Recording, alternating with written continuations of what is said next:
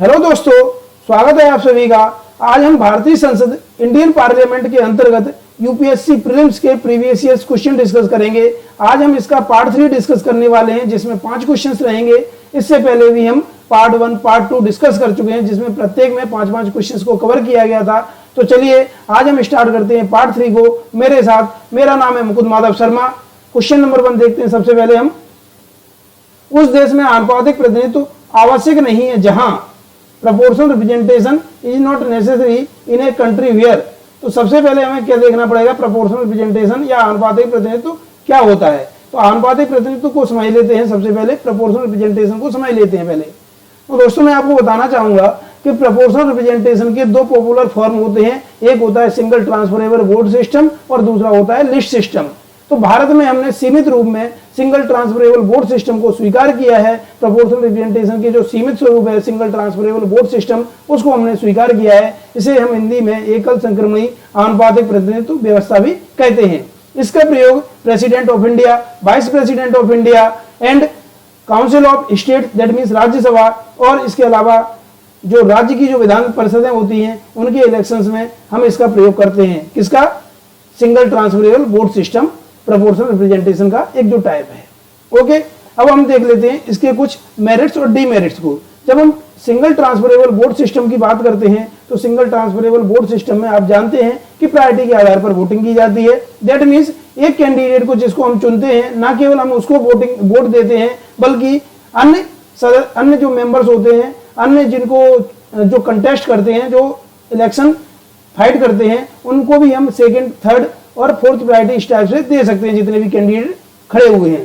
तो दोस्तों जैसा आप समझ रहे हैं कि प्रायोरिटी जैसे दी जाती है फर्स्ट, सेकंड, थर्ड, तो ऐसे में थोड़ा सा सिस्टम कॉम्प्लेक्स हो जाता है। और इवन आप भी पढ़ते होंगे प्रेसिडेंट ऑफ इंडिया के इलेक्शंस को, तो इसको भी आप प्रोसेस को बार बार समझते होंगे, बार बार बोलते होंगे। तो सोचिए सामान्य वोटर्स के लिए यह प्रक्रिया काफी जटिल हो जाती है। दूसरा, यह प्रक्रिया काफी खर्चीली भी हो जाती है। इसके अलावा इसमें ग्रुप इंटरेस्ट और माइनॉरिटी इंटरेस्ट को काफी इससे के माध्यम से प्रोत्साहन होता है। इस तरह से क्या होता है, छोटे छोटे ग्रुप इंटरेस्ट को देखा जाता है, और इससे क्या होता है कि छोटे छोटे ग्रुप इंटरेस्ट के आधार पर पार्टियां फॉर्म होती हैं। और इसमें कई पार्टियां आपको बाहुल्य में देखी जाएंगी। बहुत सारी पार्टियां यहाँ पर क्रिएट हो जाती है, छोटी छोटी पार्टियां, जिनका कोई हालांकि पॉलिटिक्स में कोई बहुत ज्यादा महत्वपूर्ण स्थान नहीं होता, चाहे वह एक सीट भी चुन के ना आ पाए, लेकिन वो बार बार चुनाव लड़ती हैं। तो इस तरह से ये सारी चीजें इररिलेवेंट हो जाती है। तो इसके अलावा मैं आपको बताना चाहूंगा प्रोपोर्शनल रिप्रेजेंटेशन में क्या होता है, पार्टी पॉलिटिक्स को ज्यादा बढ़ावा मिलता है और जो वोटर्स का वोट है उसको कम सिग्निफिकेंस मिलता है। तो इस तरह से हम देखते हैं प्रोपोर्शनल रिप्रेजेंटेशन को। इसके अलावा रिप्रेजेंटेशन का एक दूसरा टाइप भी होता है, वह है टेरिटोरियल रिप्रेजेंटेशन या क्षेत्रीय प्रतिनिधित्व। इसे हमने कहां अपनाया है? इसे हमने लोकसभा के चुनाव में, विधानसभा के चुनाव में अपनाया है। इसको हम first past the post system के नाम से जानते हैं। First past the post system, इसको हम एक पॉपुलर वोटिंग सिस्टम के देखते हैं, लोकप्रिय प्रतिनिधित्व प्रणाली के रूप में देखते हैं। और इसमें क्या होता है, सिंगल कॉन्स्टिट्यूएंसी के आधार पर इसमें वोटिंग होता है। दैट मीन्स पूरे देश को तो कई कॉन्स्टिट्यूएंसीज में डिवाइड किया जाता है, लेकिन एक हर कॉन्स्टिट्यूएंसी जो होती है उससे एक व्यक्ति ही चुनकर आता है। ओके, तो प्रोपोर्शनल रिप्रेजेंटेशन में क्या होता है, सिंगल कॉन्स्टिट्यूएंसी के आधार पर हम वोटिंग सिस्टम देखते हैं और लोकप्रिय प्रतिनिधित्व प्रणाली को देखते हैं, पॉपुलर वोटिंग सिस्टम को देखते हैं। और इसको हमने अपनाया है लोकसभा और विधानसभा में। प्रोपोर्शनल रिप्रेजेंटेशन को अपनाया है कहां पर? इसको अपनाया है हमने राज्यसभा के चुनाव में, राज्य विधान परिषदों के चुनाव में, और इसके अलावा राष्ट्रपति और उपराष्ट्रपति, vice president of India and president of India में हमने प्रोपोर्शनल रिप्रेजेंटेशन को अपनाया है। तो दोस्तों मैं आपको अब इसमें ऑप्शन को डिस्कस कर लेता हूं। दोनों सिस्टम मैंने आपको समझा ही दिए हैं। अब हम इसमें देख लेते हैं कि ये ऑप्शन में क्या है। There are no reserved constituencies, कोई आरक्षित निर्वाचन क्षेत्र यहां पर होना चाहिए, नहीं है। यहां पर क्या होना चाहिए, नहीं है। तो कोई आरक्षित निर्वाचन क्षेत्र नहीं है। तो आपको क्या लगता है, ऐसे जगह प्रोपोर्शनल रिप्रेजेंटेशन को जरूरी होगा या नहीं होगा? अगर कोई स्थान आरक्षित नहीं है और बिल्कुल भी कुछ भी प्रतिनिधित्व नहीं मिल पा रहा है छोटे छोटे ग्रुप्स में, तो कुछ कुछ स्थान क्या है आरक्षित भी किए जाते हैं। तो ऐसे में ये प्रोपोर्शनल रिप्रेजेंटेशन सिस्टम में तो ये किया जाता है, तो यहाँ पर जरूरी होता है पहले वाले में। तो इसलिए क्वेश्चन के अनुसार क्या पूछा है, नॉट। क्वेश्चन में क्या पूछा है, नॉट। तो ये एक तरह से गलत हो गया नोट के अनुसार। और दूसरा देखिए टू पार्टी सिस्टम है डेवलप्ड, तो ये सही हो जाएगा। क्यों सही हो जाएगा? क्योंकि क्या होता है प्रोपोर्शनल रिप्रेजेंटेशन में आपको पता है क्या होता है प्रोपोर्शनल रिप्रेजेंटेशन में, ये छोटे छोटे ग्रुप इंटरेस्ट को भी प्रमोट किया जाता है। लेकिन first past the post system जो होता है, उसमें क्या इस चीज की कमी रहती है, और जो टेरिटोरियल रिप्रेजेंटेशन या first past the post system रहता है उसमें कमी रहती है थोड़ी सी इन सारी चीजों की। तो इसलिए हम टू पार्टी सिस्टम जहां पर हम देखते हैं जहां पर कम पार्टियों का उदय हो पाता है, कुछ ही पार्टियां होती हैं जहां पर जैसे कह रहे हैं टू पार्टी सिस्टम, तो इसका मतलब ये नहीं है कि टू पार्टी सिस्टम केवल दो ही पार्टियां हों, और भी पार्टियां हो सकता है, लेकिन दो पार्टियों का काफी डोमिनेशन नेशनल पॉलिटिक्स में देखा जाता है। तो जहां पर टू पार्टी सिस्टम इवॉल्व हुई है वहां पर प्रोपोर्शनल रिप्रेजेंटेशन की आवश्यकता नहीं होती है, बल्कि वो है तो क्या होता है first past the post system के समकक्ष होता है, काफी निकटवर्ती होता है। तो इस तरह से हम देखते हैं कि प्रोपोर्शनल रिप्रेजेंटेशन में मल्टी पार्टी सिस्टम का उदय देखा जाता है, और first past the post system में टू पार्टी सिस्टम का उदय देखा जाता है, टू पार्टी सिस्टम का डोमिनेशन देखा जाता है। तो जहां पर टू पार्टी सिस्टम का डोमिनेशन होगा वहां पर क्या होगा प्रोपोर्शनल रिप्रेजेंटेशन ये जरूरी नहीं होगा, ये टू पार्टी सिस्टम है डेवलप्ड। तो आंसर क्या हो जाएगा? आंसर हो जाएगा बी। अब देखिए पहले आए सब ले जाए first past the post system. First past the post system में क्या होगा? First past the post system obvious ही बात है कि हम देख ही चुके हैं, टू पार्टी सिस्टम यहाँ पर डेवलप होती है। तो first past the post system को हम देखें तो first past the post system में टू पार्टी सिस्टम या कम पार्टियों का उदय होता है और प्रोपोर्शनल रिप्रेजेंटेशन में ज्यादा देखा जाता है। तो इस तरह से क्या होगा कि ये सी गलत हो जाएगा। There is a fusion of presidential and parliamentary form of government, ये भी रॉन्ग हो जाएगा, ये भी रॉन्ग हो जाएगा। आंसर क्या हो जाएगा? आंसर हो जाएगा बी, जहां पर उस देश में आनुपातिक प्रतिनिधित्व आवश्यक नहीं है जहां पर द्विदलीय प्रणाली विकसित हुई है, जहां पर द्विदलीय प्रणाली विकसित नहीं हुई है, क्योंकि जहां पर first past the post system हो तो वहां पर हो सकता है कि प्रोपोर्शनल रिप्रेजेंटेशन सिस्टम भी वहां पर स्वीकार किया जाए। पोस्ट जहां पर first past the post system प्रचलित है वहां पर हो सकता है कि आनुपातिक प्रतिनिधित्व वहां पर आवश्यक हो, लेकिन केवल टू पार्टी का डोमिनेशन हो तो वहां पर ऐसे में इसको सामान्य रूप से स्वीकार नहीं किया जाता है, आवश्यक नहीं होता है। तो मुझे उम्मीद है कि ये वाला क्वेश्चन आपको डिटेल में मैंने समझा दिया है और आपको समझ में आ गया होगा कि आखिरकार प्रोपोर्शनल रिप्रेजेंटेशन सिस्टम क्या होता है। 1997 में क्वेश्चन पूछा है, लेकिन जरूरी नहीं है कि प्रोपोर्शनल रिप्रेजेंटेशन से ही क्वेश्चन आए। प्रोपोर्शनल रिप्रेजेंटेशन के अलावा टेरिटोरियल रिप्रेजेंटेशन या first past the post system से भी आ सकता है क्वेश्चन। तो आपको क्वेश्चन की एक ब्रॉड डायमेंशन को देखते हुए कवर करना चाहिए, ना कि केवल क्वेश्चन के केवल वहीं तक टर्म तक और वहीं तक फोकस रहना चाहिए, क्योंकि क्वेश्चन यूपीएससी के काफी डायमेंशन होती है, उसमें काफी डायनेमिक होता है क्वेश्चन। तो इस तरह से हमने देखा इसका आंसर क्या हो गया?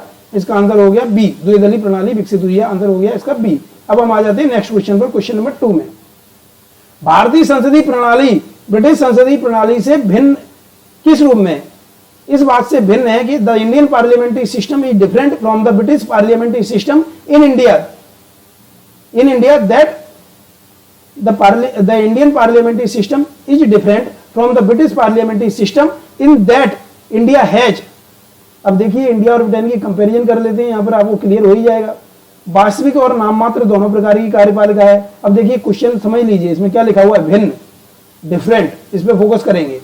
तो both real and nominal executive, तो यहां पर भी होती है, ब्रिटेन में भी होता है। तो ब्रिटेन में क्या होता है? ब्रिटेन में जो कॉन्स्टिट्यूशनल मोनार्की है और वहां पर क्या होता है, जो सम्राट होता है, जो किंग होता है, वह क्या होता है कि नॉमिनल एग्जीक्यूटिव हेड होता है। और भारत में क्या होता है? भारत में president of India nominal executive head होता है। तो दोनों में रियल और नॉमिनल एग्जीक्यूटिव होते हैं। रियल एग्जीक्यूटिव कौन होता है? रियल एग्जीक्यूटिव कहीं ना कहीं रियल एग्जीक्यूटिव का अध्यक्ष होता है प्राइम मिनिस्टर ऑफ इंडिया। इसी तरह से ब्रिटेन में भी उसकी अध्यक्षता में देखी जाती है एग्जीक्यूटिव का हेड वास्तविक रूप में देखा जाता है। तो वास्तविक रूप में कौन होता है? Prime minister.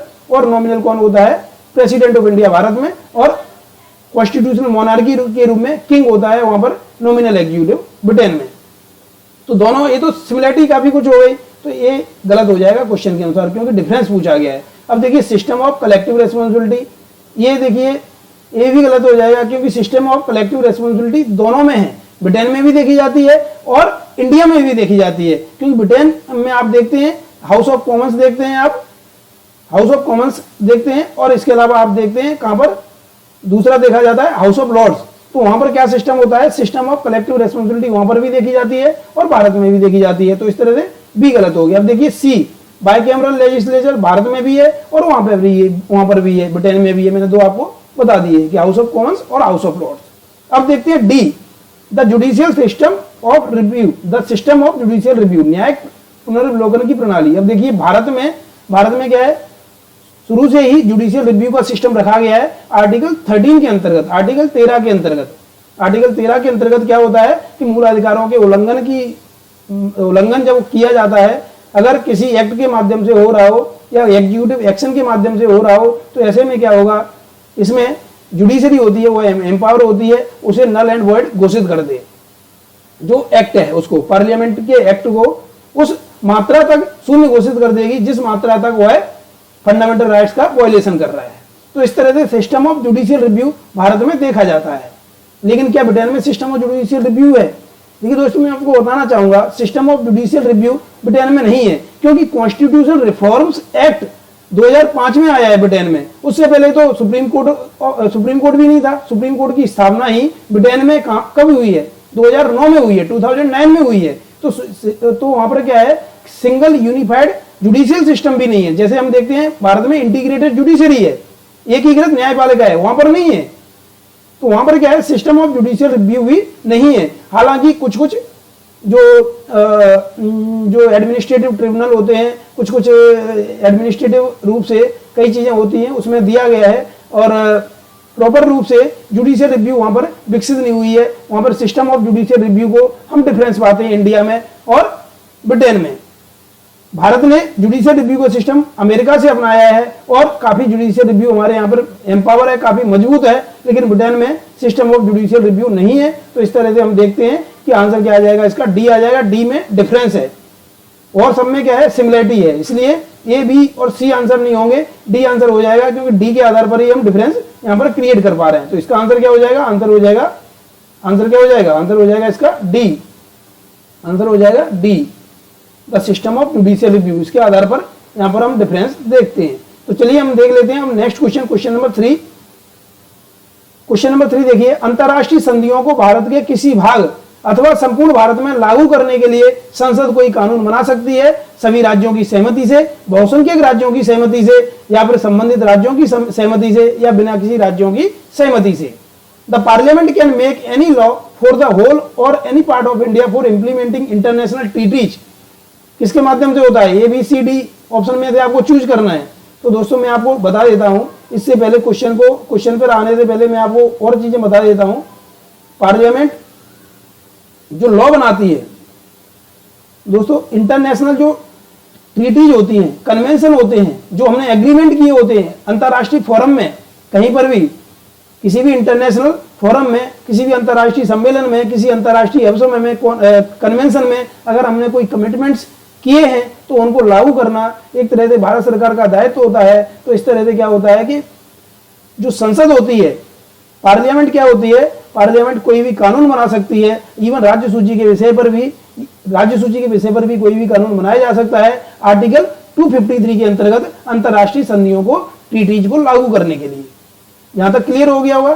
तो क्या होता है, without the consent of any state, answer क्या हो जाएगा, without the consent of any state. अगर किसी राज्य की सहमति ले ली जाए, कहा जाए कि ये हम एग्रीमेंट को लागू करना चाहते हैं, क्या हम इसमें लागू कर सकते हैं? राज्यों की अगर सहमति लेने लगे तो कोई राज्य कहेगा कि लागू कीजिए, कोई राज्य कहेगा नहीं लागू कीजिए। तो ऐसे में इंटरनेशनल कमिटमेंट्स पे काफी इंपैक्ट पड़ेगा और हम एक तरह से कहेंगे कि एक तरह से संप्रभुता को एक्सरसाइज, सोवरेंटी को हम अच्छे से एक्सरसाइज ही नहीं कर पाएंगे। क्योंकि सोवरेंटी क्या होती है, सोवरेंटी ना केवल अन्य देशों के हस्तक्षेपों से मुक्ति होती है, जो हम इंटरनेशनल रूप से जो कॉन्फ्रेंस होती है, सम्मेलन होता है, और किसी भी हम संगठन का सदस्य बनने या संगठन का सदस्य न बनने के लिए स्वतंत्र होते हैं, और हम स्वतंत्र विदेशी नीति अपनाने के लिए स्वतंत्र होते हैं। सोवरेंटी हम इसी को कहते हैं। और इंटरनली भी हम बात करते हैं तो कोई भी लॉ, रूल्स एंड रेगुलेशन को बनाने में और उनको लागू करवाने के लिए सक्षम हो, तब हम सॉवरेंटी कहते हैं। तो अगर राज्यों का हस्तक्षेप होगा इसमें इंटरनेशनल ट्रीटीज और एग्रीमेंट को लागू करने में, तो ऐसे में समस्या हो जाएगी। इसलिए without the consent of any state होता है। इसके अलावा भी मैं आपको सराउंडिंग फैक्ट्स भी बताना चाहूंगा। आंसर तो डी हो गया। लेकिन सराउंडिंग फैक्ट्स भी आपको जानना जरूरी है, उसके बारे में क्या प्रोविजंस हैं उनको भी आपको जानना जरूरी है कि संसद राज्य सूची के विषय पर कब कब कानून बना सकती है।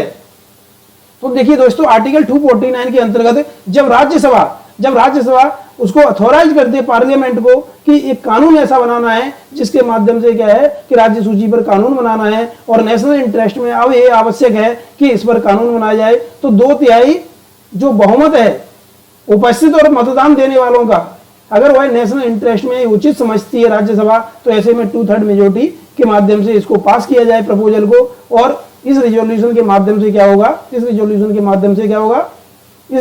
के माध्यम से राज्य सूची के विषय पर भी कानून बनाया जा सकता है आर्टिकल 249 के अंतर्गत। अब बात आती है आर्टिकल 250 में। आर्टिकल 250 में ये प्रोविजन है कि जब नेशनल इमरजेंसी लागू हो तो ऐसे में भी राज्य सूची पर कानून बनाया जा सकता है। देखिए, नेशनल इमरजेंसी का प्रोविजन तो आर्टिकल 352 में है, लेकिन आर्टिकल 250 में क्या लिखा हुआ है, आर्टिकल 252 में आर्टिकल 250 में प्रोविजन है कि जब राष्ट्रीय आपातकाल लागू हो तो ऐसे में भी राज्य सूची पर कानून बनाया जा सकता है। इसके अलावा बात करते हैं आर्टिकल 252 की। आर्टिकल 252 के अंतर्गत प्रोविजन है कि जब 2 या 2 से अधिक राज्य रिक्वेस्ट करें तो ऐसे में भी क्या होता है, संसद राज्य सूची पर कानून बना सकती है। और इसके अलावा आपने इसमें पढ़ाई आर्टिकल 253, तो 253 में भी हमने देखा कि 253 में इंटरनेशनल ट्रीटीज को लागू करने के लिए संसद कोई कानून बना सकती है राज्य सूची पर भी। अब यहाँ पे राज्य सूची नहीं लिखा हुआ है, लेकिन फिर भी क्या लिखा हुआ है, भारत के किसी भाग अथवा संपूर्ण भारत में लागू करने के लिए संसद कोई कानून बना सकती है। कब बना सकती है, किसी राज्य की सहमति से या बिना सहमति के भी बना सकती है, चाहे वह राज्य सूची पर ही क्यों नहीं बनाया जा रहा हो। तो इसका आंसर क्या हो जाएगा, आंसर डी हो जाएगा, without the consent of any state. इसके अलावा एक सिचुएशन और रहती है जब राज्यों में राष्ट्रपति शासन लागू हो, आर्टिकल 356 के अंतर्गत। तो ऐसे में भी क्या होता है कि ऐसे में राज्य सूची के विषय पर कानून बनाया जा सकता है। इस क्वेश्चन का आंसर हमने देख लिया, क्वेश्चन को भी हमने समझ लिया, आंसर उसका हो गया डी, आंसर हो गया इसका डी। ओके, यहां तक आपको क्लियर है। अब हम देख लेते हैं क्वेश्चन नंबर 4। क्वेश्चन नंबर 4 देखिए, निम्नलिखित कथनों में से कौन सा एक सही है। 2003 में क्वेश्चन आया है। इस क्वेश्चन को ध्यान से देखिएगा क्योंकि अभी इसमें चेंज हो गए हैं।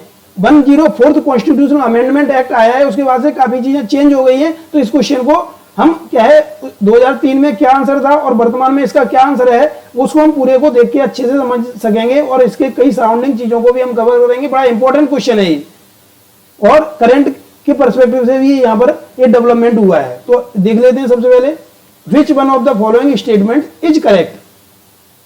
केवल राज्यसभा में, ना कि लोकसभा में मनोनीत सदस्य हो सकते हैं। देखिए दोस्तों, ये वाला काफी इंपॉर्टेंट हो गया यहाँ पर। ये स्टेटमेंट सही है या नहीं सही है। अब देखिए 2003 में तो क्या होता था, 2003 के कॉन्टेक्स्ट में देखें तो ये सही था। अभी तक क्या होता था, राज्यसभा में 12 सदस्यों को मनोनीत किया जाता था, नॉमिनेट किया जाता था। प्रेसिडेंट ऑफ इंडिया को कला, साहित्य, समाज सेवा, इस तरह के क्षेत्र होते थे ना, कला, साहित्य, समाज सेवा और इसी तरह के क्षेत्र होते थे। तो इसके माध्यम से क्या होता था कि इसके माध्यम से राज्यसभा में 12 सदस्यों को नॉमिनेट किया जाता था। ओके, और लोकसभा में एंग्लो इंडियन को 2 को नॉमिनेट किया जाता था अगर उनका प्रॉपर रिप्रेजेंटेशन ना हो।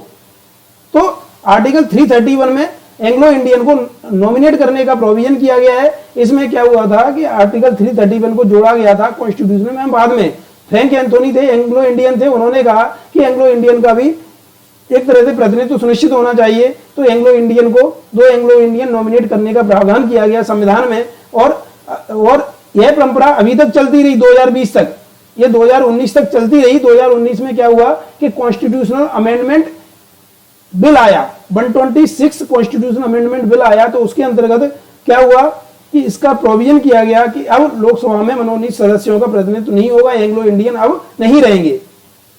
अब इसके पीछे तर्क ये दिया गया कि जो 2011 की सेंसस हुई थी, 2011 की जनगणना हुई थी, तो हमने उसमें पाया कि एंग्लो इंडियन 296 मेंबर्स ही हैं। इसको लॉ मिनिस्टर जो रविशंकर प्रसाद हैं, उन्होंने लोकसभा में इसको साइड किया था रीजन, जिसका विरोध किया था all India Anglo Indian association. उसमें उन्होंने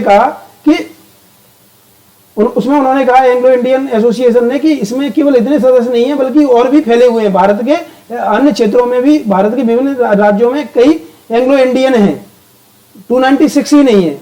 तो मैं आपको बताना चाहूंगा कि 2020 में एक डेवलपमेंट हुआ, इंपॉर्टेंट डेवलपमेंट हुआ 2020 में। अब क्या किया गया 2020 से 25 जनवरी 2020 से इंप्लीमेंट हुआ है। 25 जनवरी 2020 से अब क्या इंप्लीमेंटेशन हुआ है कि SC ST act, SC ST का जो रिप्रेजेंटेशन होता था वह तो रिप्रेजेंटेशन उसका जो रिजर्वेशन का सिस्टम है उसको तो आगे बढ़ा दिया गया 10 वर्ष के लिए, लेकिन एंग्लो इंडियन का रिप्रेजेंटेशन वह केवल 70 ईयर्स तक ही समाप्त हो गया है। दैट मीन्स कि संविधान लागू होने के 70 वर्ष, दैट मीन्स 2020, तो 2020 में ये रिप्रेजेंटेशन समाप्त हो गया। 2020 में एंग्लो इंडियन का रिप्रेजेंटेशन समाप्त हो गया। तो अब देखिए ये स्टेटमेंट सही हुआ या गलत हुआ। केवल राज्यसभा में ही, ना कि लोकसभा में मनोनीत सदस्य हो सकते हैं। अगर 2020 की अब व्यवस्था देखें, वर्तमान व्यवस्था देखें, तो अब मनोनीत सदस्य नहीं होते हैं। 17वीं लोकसभा में आप देखेंगे, जो 17th लोकसभा चल रही है ना अभी जो नई लोकसभा चुनी गई है, तो 17वीं लोकसभा में 17th लोकसभा में जो 17th लोकसभा है, 17th लोकसभा 17वीं लोकसभा है, तो उसमें कोई भी मनोनीत सदस्य नहीं है। और अब इसमें जो सदस्य हैं उसमें मनोनीत सदस्यों का रिप्रेजेंटेशन नहीं है। तो अब की व्यवस्था के अनुसार देखा जाए तो ये स्टेटमेंट सही प्रतीत होता है, लेकिन 2003 के अनुसार देखें तो ये स्टेटमेंट गलत था, क्योंकि लोकसभा में भी मनोनीत सदस्य हो सकते थे उस समय पर, 2 एंग्लो इंडियन किए जा सकते थे। और एंग्लो इंडियन को आर्टिकल 331 में ये प्रोविजन था, और आर्टिकल 334 में प्रोविजन था, और आर्टिकल 333 में जो प्रोविजन है वह राज्य स्तर पर है कि राज्य स्तर पर भी क्या होता है, विधानसभा में यदि उपयुक्त प्रतिनिधित्व नहीं है तो गवर्नर क्या करेगा, एक एंग्लो इंडियन को नॉमिनेट कर सकता था आर्टिकल 333 के अनुसार। और इसके अलावा मैं आपको बताऊंगा कि आर्टिकल 366 क्लॉज 2 के अंतर्गत एंग्लो इंडियन को परिभाषित करने का प्रयास किया गया था। एंग्लो इंडियन को माना गया कि यूरोपियन डिसेंट से, उस पेरेंट की साइड से कोई ना कोई होना चाहिए, तो एंग्लो इंडियन को इस रूप में परिभाषित किया गया था। तो हम स्टेटमेंट पर अब आ जाते हैं, केवल राज्यसभा में ही, ना कि लोकसभा में मनोनीत सदस्य हो सकते हैं। वर्तमान के अनुसार तो ये स्टेटमेंट सही है, अब प्रेजेंट सिस्टम में तो सही है, लेकिन 2003 के अनुसार ये स्टेटमेंट गलत था। और अब हम देखें, केवल राज्यसभा में आंग्ल भारतीय समुदाय के 2 सदस्यों को मनोनीत करने के संबंध में प्रावधान है। राज्यसभा में आंग्ल भारतीय, अब चूंकि 2003 के कॉन्टेक्स्ट में पूछा गया है, तो इसको हम उसी कॉन्टेक्स्ट में अभी बी वाले स्टेटमेंट को देख लेते हैं कि there is a constitutional provision for nominating 2 members belonging to the Anglo Indian community to the Rajya Sabha. ये तो तब भी गलत है और अभी भी गलत है,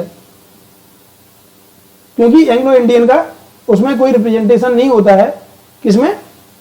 राज्यसभा में। राज्यसभा में अन्य आधारों पर नॉमिनेशन होता है। 12 सदस्यों को नॉमिनेट करता है प्रेसिडेंट ऑफ इंडिया। तो ये वाला स्टेटमेंट वैसे भी गलत हो गया। अब बात आती है, किसी मनोनीत सदस्य का मंत्री के लिए नियुक्ति पद संविधान नियम वर्जना नहीं है। किसी मनोनीत सदस्य, कोई भी मनोनीत सदस्य को बनाया जा सकता है। ये तो स्टेटमेंट सही है, ये स्टेटमेंट सही है। अब देख लेते हैं, मनोनीत सदस्य राष्ट्रपति तथा उपराष्ट्रपति के चुनाव में मत दे सकता है, नहीं दे सकता है, ये गलत है। जो नॉमिनेटेड मेंबर है वह प्रेसिडेंट और वाइस प्रेसिडेंट ऑफ इंडिया के इलेक्शन में पार्टिसिपेट नहीं कर सकता है, क्योंकि माना जाता है कि प्रेसिडेंट ने उसे नॉमिनेट किया है, तो कहीं ना कहीं प्रेसिडेंट के प्रति झुकाव हो सकता है, तो इसलिए वह उसमें वोट नहीं दे सकता है। तो इसलिए ये भी गलत हो गया। इसके अलावा इसमें बी भी गलत हो गया। अब ये को देखें तो ये प्रेजेंट कॉन्टेक्स्ट में सही है, लेकिन 2003 के कॉन्टेक्स्ट में गलत था। तो 2003 के कॉन्टेक्स्ट में अगर देखें तो आंसर केवल इसमें हो गया सी, लेकिन वर्तमान कॉन्टेक्स्ट में देखें तो वर्तमान कॉन्टेक्स्ट में आंसर इसका हो जाएगा ए और सी। ये भी आंसर हो जाएगा और सी भी हो जाएगा। क्यों? क्योंकि राज्यसभा में ही अब मनोनीत सदस्य हो सकते हैं, लोकसभा में मनोनीत सदस्य नहीं हो सकते हैं। जो 2 एंग्लो इंडियन नॉमिनेट होते थे उनका सिस्टम ऑफ प्रेजेंट में समाप्त कर दिया गया है। किस अमेंडमेंट एक्ट के माध्यम से? 104th constitutional amendment act. और कौन सा बिल आया था इसके लिए? 126 कॉन्स्टिट्यूशनल अमेंडमेंट बिल आया था। ओके, यहां से क्लियर हो गया होगा आपको। ये क्वेश्चन को मैंने डिटेल में डिस्कस कर लिया, उम्मीद है कि आपको समझ में आ गया होगा। और 104th कॉन्स्टिट्यूशनल अमेंडमेंट एक्ट भी समझ में आ गया होगा। हो सकता है कि आपसे 104th कॉन्स्टिट्यूशनल अमेंडमेंट एक्ट के बारे में कौन सा कथन सही है, कौन सा स्टेटमेंट सही है, वहां से पूछ लिया जाए, या हो सकता है कि इसी क्वेश्चन को थोड़ा मॉडिफाई करके पूछ लिया जाए।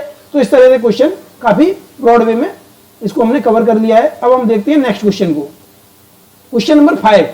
क्वेश्चन नंबर 5 देखिए, ये पूछा गया है लोकसभा में अविश्वास प्रस्ताव या नो कॉन्फिडेंस मोशन के बारे में पूछा गया है।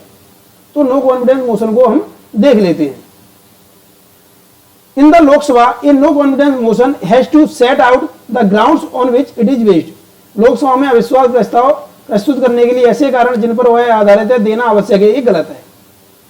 क्वेश्चन में क्या पूछा गया है, इज नॉट करेक्ट। तो इज नॉट करेक्ट ये स्टेटमेंट क्या है, सही नहीं है, ये स्टेटमेंट सही नहीं है, लेकिन आंसर तो सही हो जाएगा ना। नॉट करेक्ट पूछा है और नॉट करेक्ट ही ये क्या है, नॉट करेक्ट है, गलत है, तो इसका आंसर क्या हो जाएगा, ए हो जाएगा। अब इसमें हम बी सी डी को भी देख लेते हैं कि आखिरकार बी सी डी क्या है। लोकसभा में अविश्वास प्रस्ताव प्रस्तुत करने के लिए नियमों में ग्राह्यता की कोई शर्त नहीं है, कोई शर्त नहीं है, टर्म्स एंड कंडीशन नहीं है, और इसके लिए कोई आधार देना आवश्यक नहीं है, इसके लिए कोई आधार देना भी आवश्यक नहीं है। तो एक तरह से ये स्टेटमेंट क्या है, स्टेटमेंट इज नॉट करेक्ट। पहला तो गलत था स्टेटमेंट, लेकिन बी स्टेटमेंट सही है।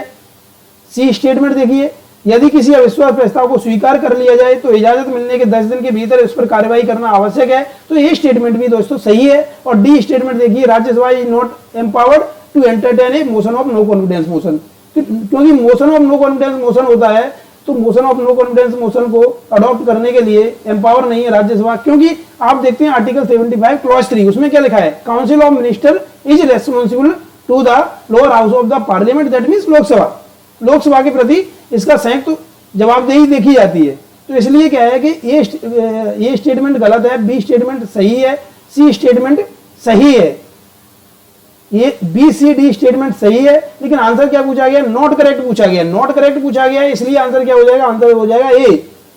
ओके दोस्तों, क्लियर होगा, उम्मीद है कि आपको ये सारी चीज समझ में आ गई होगी। अब अविश्वास प्रस्ताव के बारे में संक्षेप में एक दो चीजें मैं आपको बता देता हूं कि अविश्वास प्रस्ताव या नो कॉन्फिडेंस मोशन होता है, तो नो कॉन्फिडेंस मोशन को एंटायर काउंसिल ऑफ मिनिस्टर्स के अगेंस्ट में लाया जा सकता है। ऐसा नहीं होता है कि प्रधानमंत्री के अगेंस्ट में लाया जाए या किसी मंत्री विशेष के अगेंस्ट में लाया जाए, बल्कि क्या होता है, बल्कि इसे एंटायर काउंसिल ऑफ मिनिस्टर के अगेंस्ट में लाया जाता है। और जो नो कॉन्फिडेंस मोशन होता है, नो कॉन्फिडेंस मोशन के माध्यम से अगर नो कॉन्फिडेंस मोशन पारित हो जाता है तो एंटायर काउंसिल ऑफ मिनिस्टर को अपना रेजिग्नेशन देना होता है। तो ऐसे में क्या होता है कि एक तरह से नो कॉन्फिडेंस मोशन एक तरह से हमारी डेमोक्रेसी के लिए एक तरह से प्राणवायु या इंपॉर्टेंट, एक तरह से ऑक्सीजन के रूप में कार्य करता है। तो इस तरह से हमने क्या देखा, इसका आंसर क्या हो जाएगा, आंसर हो जाएगा ए। क्वेश्चन को हमने देख लिया, सारी चीजों को, सारी डायमेंशन को समझ लिया आपने। उम्मीद करता हूं कि आपको ये क्वेश्चन समझ में आ गए होंगे सारे, और यूपीएससी के पर्पज से भी मैंने ब्रॉड डायमेंशन में कवर किए हैं, तो इन सारी चीजों को आप कवर कर लीजिएगा।